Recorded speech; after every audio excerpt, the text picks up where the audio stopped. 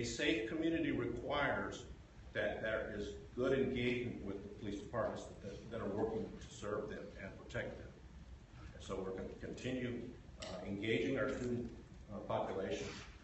Not only is it important for UTPD to share information with our community, it's important for our community to share information with the police, whether it's APD or UTPD. In any case, any suspicious activity or information, we want to know about it so that we can properly respond to that. The campus continues to grieve.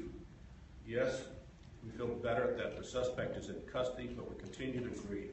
We'll have to continue to work with our community on working on ongoing projects and talking and listening.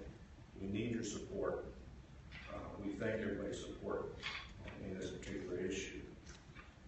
As I mentioned, there are things that are important for the police to do, but there are things that are important for our students to remember and recall. The issue is go to our Be Safe, Live Safe website and remember those simple things. I know you've heard them many, many times.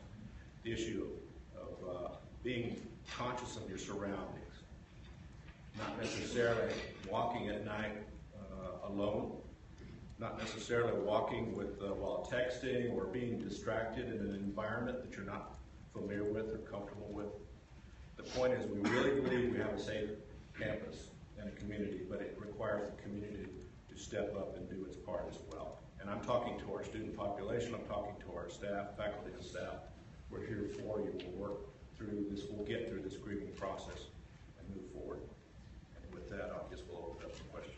Chief, congratulations on the speedy arrest, but Chief, what do you think the motive was here? You know, I don't think that you have any clue what the motive is. I don't have a clue what the motive is. I can just tell you that when you think about what connects us as human beings, to murder a young woman just is not part of my DNA. Thankfully, it's not part of most people's DNA. I did forget to do one thing. I wanted to commend Assistant Chief Troy Gay, who is over our Violent Crimes Division, for his fantastic leadership and his entire team for all the great work, and Commander Ortiz from DPS. Chief talked about Carter, the President talked about it. We're very fortunate that we don't worry about jurisdiction here, we worry about results. And when we all came together as a family to get results for this community, but more importantly for the parents and siblings in a beautifully and wonderful state. But we don't know what the actual motive was. At some point, we hope to determine that. And obviously, as the investigation continues, we anticipate there will be further charges filed on the suspect. Did this suspect have any relationship with UT, and does he have any prior arrests in Austin? There are no known relationships to UT that we've been able to determine at this time. He is not a student, and we don't believe that there is any relation to UT. In terms of his criminal history, that's something that we're working on to get a thorough look at exactly what this young man's history has been. Do we know anything more about him, how long he'd been at LifeWorks or how long he'd been homeless in Austin? He was taken to LifeWorks by the Austin Police Department after the fire on Monday, and that's part of our investigation. Again, I mentioned earlier, and I want to mention again, it's very important that people, once we release a really good photo of him, booking photo of him sometime today, it's important that those that have had contact with him, whether it was yesterday, the day before, a week, a month, we want to be able to go back and look at this young man's entire history. When was he arrested, and has he admitted to anything? We're not going to comment on that. He was arrested yesterday, and he's been booked for murder. Question for Chief Carter.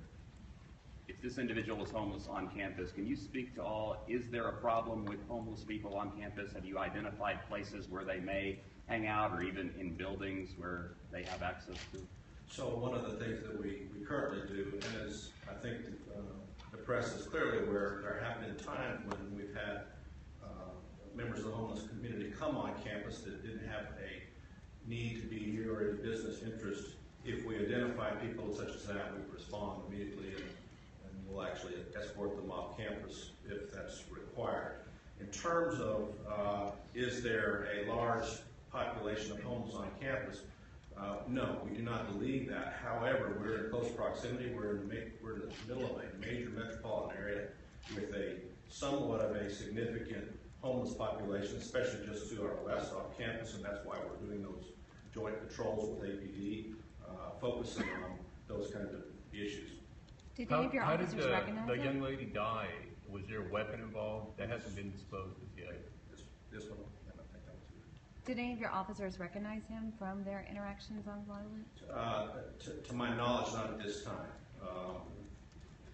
So we're looking obviously at videos in terms of when we, see the actual photographs of him, we'll take a look at it.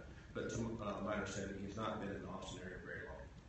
And to be clear, with how the fire was started, you said that this woman, who you're not identifying, you said that she called in a tip. Did she see the fire started? Did she see it after it had been started? She called in the actual fire, and she actually saw a suspect, and she actually, after seeing the video that we released from the taken the University of Texas, actually called in and said, well, I think this is my guy. Excuse me one second, let me go over here to, go ahead. Thank you so much. Was there any issue in arresting him? Was he arrested without incident? He was detained and arrested without incident. Chief, how did the young lady die? The ME has ruled it a homicide, but we don't have details. Well, we're not going to provide details on that, which is part of the ongoing investigation. Although people really want to know all the details, I think our number one responsibility is to a family that's lost a daughter. And it would be irresponsible of us to prematurely release details of investigation that there's only two people that know definitively what happened, other than obviously the investigators and the medical examiner, and that is the suspect and the victim. So we would be remiss if we started talking about specifics. One more question. We're in proximity I just to saw your mental illness. Yeah, thank you very much. Can you talk to me about some of the items that were in his possession that you believe to be hers? Well, one of them is a backpack believed to be hers, and some other personal items believed to be hers. So I can tell you that, again, with a high degree of certainty and confidence that we have a suspect responsible for her murder. So again, I just want to close by saying it again and emphasizing, this is a safe campus, it's a safe community. We're bringing up homeless issues. We know that homelessness is an issue that impacts every major city in this country. It's not unique to Austin. Every major city from Los Angeles, we had issues